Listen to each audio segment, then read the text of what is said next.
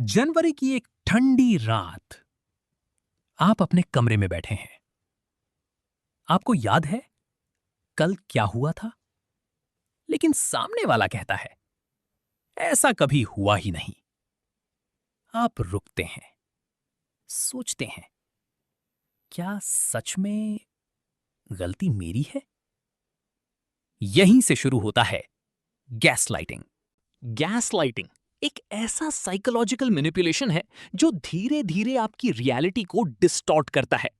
इस शब्द की शुरुआत हुई थी गैसलाइट से, जहां एक आदमी अपनी पत्नी को इस हद तक मैनिपुलेट करता है कि वो अपनी ही सैनिटी पर शक करने लगती है।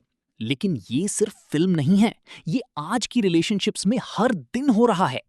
गैसलाइटिंग अचानक नहीं होता, ये धीरे धीरे शुरू होता है, छोटी छोटी बातों से। आप कहते हैं, तुमने ऐसा कहा था। वो हंसते हैं, तुम्हें गलत याद है। आपको बुरा लगता है। वो कहते हैं, तुम बहुत सेंसिटिव हो।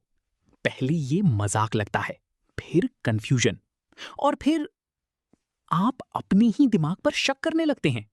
धीरे धीरे ये मैनिपुलेशन गहरा होता जाता है।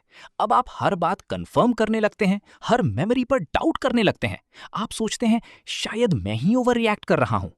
यहीं सबसे बड़ा नुकसान होता है, आपका सेल्फ ट्रस्ट खत्म हो जाता है। और जब इंसान खुद पर भरोसा खो देता है, तो वो किसी और के कंट्रोल में आ जाता है। सच ये है, गैस लाइटिंग का गोल सिर्फ झूठ बोलना नहीं होता, बल्कि आपको इतना कंफ्यूज करना होता है कि आप सच पहचान ही ना पाओ। वो आपकी रियलिटी नहीं बदलते, वो आपकी परसेप्शन बदल देते हैं।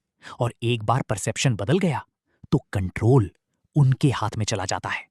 अगर आप बार बार कंफ्यूज्ड फील करते हैं, अगर हर आर्ग्यूमेंट के बाद आप खुद को ही ब्लेम करते हैं, अगर आपको लगता है कि मैं पहले जैसा नहीं रहा, तो रुकिए। ये वीकनेस नहीं है, ये सिग्नल है कि कुछ गलत हो रहा है। इस साइकिल से बाहर निकलने का पहला स्टेप है अवेयरनेस। दूसरा, पैटर्न्स को पहचानना। वर्ड्स नहीं, एक्शंस को देखना शुरू करो।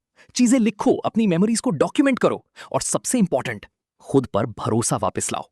क्योंकि सच ये है, रियलिटी कभी नहीं बदलती, लेकिन मैनिपुलेशन हमेशा शेप बदलता रहता है। और कभी कभी सबसे बड़ा ट्रूथ ये होता है कि आप गलत नहीं थे।